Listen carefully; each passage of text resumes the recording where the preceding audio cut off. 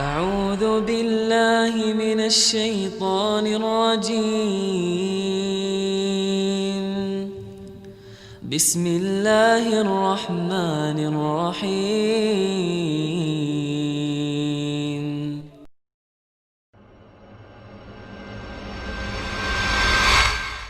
Kalau kita menggantungkan nasib kita pada Allah luar biasa. Ada seorang syekh, saya dengarkan ceramahnya, menarik sekali.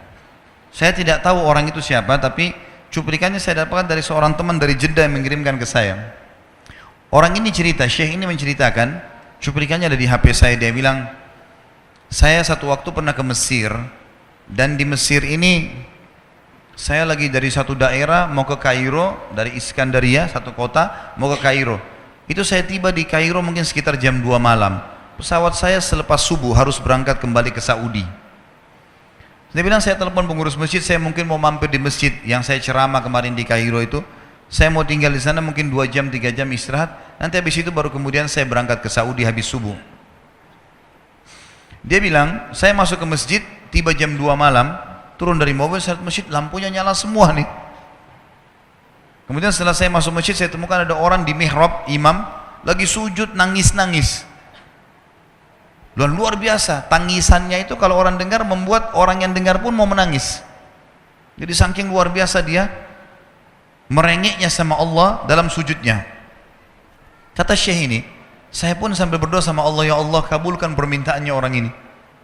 Walaupun saya belum tahu apa yang diminta gitu. Dia bilang selesai dia sholat, saya dekati dia, saya bilang, Masya Allah, doa apa ini? Luar biasa ini. Doa yang diikuti dengan tangisan di sepertiga malam menjelang subuh. Allah turun ke langit bumi, dikabulkan nih. Dia bilang, demi Allah syekh. Karena syekh ini orang Arab biasanya panggil, bisa orang pintar, bisa orang kaya, bisa orang tua. Jadi kalau antum dipanggil syekh, jangan bangga dulu ya. Karena banyak maknanya itu. Ya. Jadi dipanggil syekh, dia tidak tahu, biasa juga di Saudi begitu ya. Kalau ada orang kita tidak kenal dipanggil syekh, syekh, sini syekh. Walaupun antum bukan syekh sebenarnya gitu. Ya. Maka dia bilang, demi Allah syekh. Dia tidak tahu kalau ini orang memang ulama gitu. Istri saya sekarang lagi dirawat di rumah sakit, dan saya harus bayar 14.500 jenih atau ponnya Mesir. Saya harus bayar rumah sakit. Kalau enggak istri saya enggak bisa dioperasi. Ini sudah parah sekali. Kata syekhnya, jadi gara-gara itu kau sujud sama Allah. Dia bilang, iya, lanjutkan, nangis sama Allah. Allah tidak akan menyanyiakan orang yang ikhlas minta padanya. Lanjutkan, nikmati sujudmu, pasti Allah akan berikan jalan keluar. Dia bilang, iya baik. Orang itu dia bilang kembali lagi ke mihrab, nangis lagi, sholat sujud sama Allah, ya Allah. Dan dalam doanya begitu, ya Allah istri saya mau dibayar besok rumah sakitnya, jumlahnya sekian, saya tidak pegang uang 1 jenih pun. Ini 14.500 jenih, banyak sekali. Maka dia bilang, orang ini bilang, baiklah kalau begitu. Syekhnya ini bilang, saya mau tidur dulu, saya istirahat 1 jam, menjelang azan subuh dia bilang, ada marbot masjid datang bangunin saya. Sudah azan, saya sholat qobliyah, sholat sunnatul fajr. Waktu iqamah, pengurus masjid tahu kalau dia ini ulama, dipanggil, dia bilang, syekh tolong jadi imam. Dia bilang, saya capek, baru istirahat 1 jam, 2 jam malam, biarlah imam. Dia bilang, tidak apa-apa, ayat-ayat pendek aja, baca surah-surah pendek aja. Kata syekh, baiklah. Dia bilang, saya baca surah-surah pendek. Rupanya mikrofon masjid karena keluar di luar, ada satu pengusaha Mesir, apartemennya itu dekat masjid, dan dia suka ikuti ceramahnya syekh ini di YouTube. Dia bilang, turun dari apartemennya, ikut sholat berjamaah di masjid, karena dia kenal suaranya orang ini gitu. Begitu selesai sholat, dia bilang, saya lagi zikir, datang orang itu. Dia bilang, syekh, ahlan wa sahlan di Mesir. Saya salah satu penggemar Anda di YouTube, dan saya dengar suara tadi. Saya tadi mau sholat di masjid lain, saya ke masjid ini. Dia bilang, syekh, saya mau minta tolong satu hal. Kata syekhnya, kenapa? Dia bilang, saya sudah ngitung zakat uang perusahaan saya harus alokasikan 14.500 jenih. Kata syekhnya. Orang itu bilang, saya mau alokasikan zakat saya 14.500 jenih. Kata syekhnya, saya nangis, dengar itu. Nangis, saya terisak-isak. Kata orang itu, kenapa Anda nangis? Syekh bilang, saya nggak bisa jelasin. Dia bilang, saya nangis terus.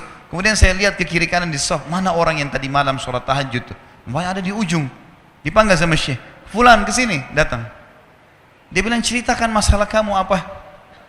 Dia bilang, Syekh, saya punya masalah, istri saya dioperasi harus bayar 14.500 jenih hari ini, kalau tidak nggak operasi.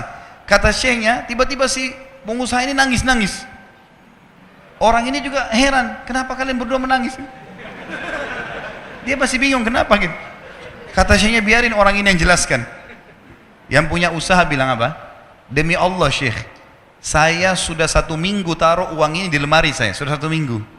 Setiap hari istri saya bilang, turunkan, lakukan haknya Allah, zakat itu keluarkan. Dia bilang, saya ingin dapat 1 orang yang saya kasih langsung daripada saya bagi-bagi. Saya mau 1 orang saya kasih, selesaikan masalah dia, dan Allah selamatkan saya di akhirat. Orang ini jadi nangis. Orang yang punya minta butuh nangis. Kata pengusahanya, ini uangnya silakan, 14.500. Semoga Allah selesaikan urusan saya di akhirat gara-gara saya bantu kamu. Kata syekhnya, demi Allah yang terjadi, orang ini yang siapa namanya, orang yang punya uang ini, yang dikasih uang, dia tiba-tiba lupakan saya dan lupakan si pemilik uang. Dia langsung angkat kepalanya ke langit sambil menangis mengatakan, ya Allah, aku mencintaimu. Terpenuhi kebutuhannya, gitu kan? Kuasa Allah. Teman-teman, cuman kita selalu buru-buru. Kalau seseorang kita di perusahaan mau dinaikkan gajinya saja, mau naikkan jabatannya, dia harus tulis permohonan. Tidak mungkin juga baru hari ini dimasukkan kemudian ketuk ruangan di rootnya, mana permintaan saya kemarin, atau hari ini, nggak mungkin. Seminggu dia sabar, 2 minggu dia sabar dengan berharap datang panggilan. Kenapa dengan Allah Subhanahu wa taala kita tidak begitu, teman-teman? Banyak orang buru-buru dan kebanyakan orang mau menggantungkan permintaannya kepada Allah hanya pada hal-hal yang kecil. Hal yang besar tidak, atau sebaliknya, hal yang besar, hal yang kecil tidak. Kenapa tidak pernah minta sama Allah dikasih motor, dikasih mobil, dikasih rumah? Kenapa hanya minta kalau penyakitnya dihilangkan baru kembali kepada Allah? Itu pun seringkali kita jadikan Allah nomor 30, teman-teman sekalian. Ke dokter ini, ke dokter itu, resep ini, resep. Nanti kalau sudah mentok nggak bisa sembuh baru sholat tahajud. Hah? Salah. Islam mengajarkan kita apa? Sebelum makan berdoa, sebelum tidur berdoa, sebelum aktivitas berdoa, sebelum ke dokter doa dulu supaya Allah jadikan kesembuhan.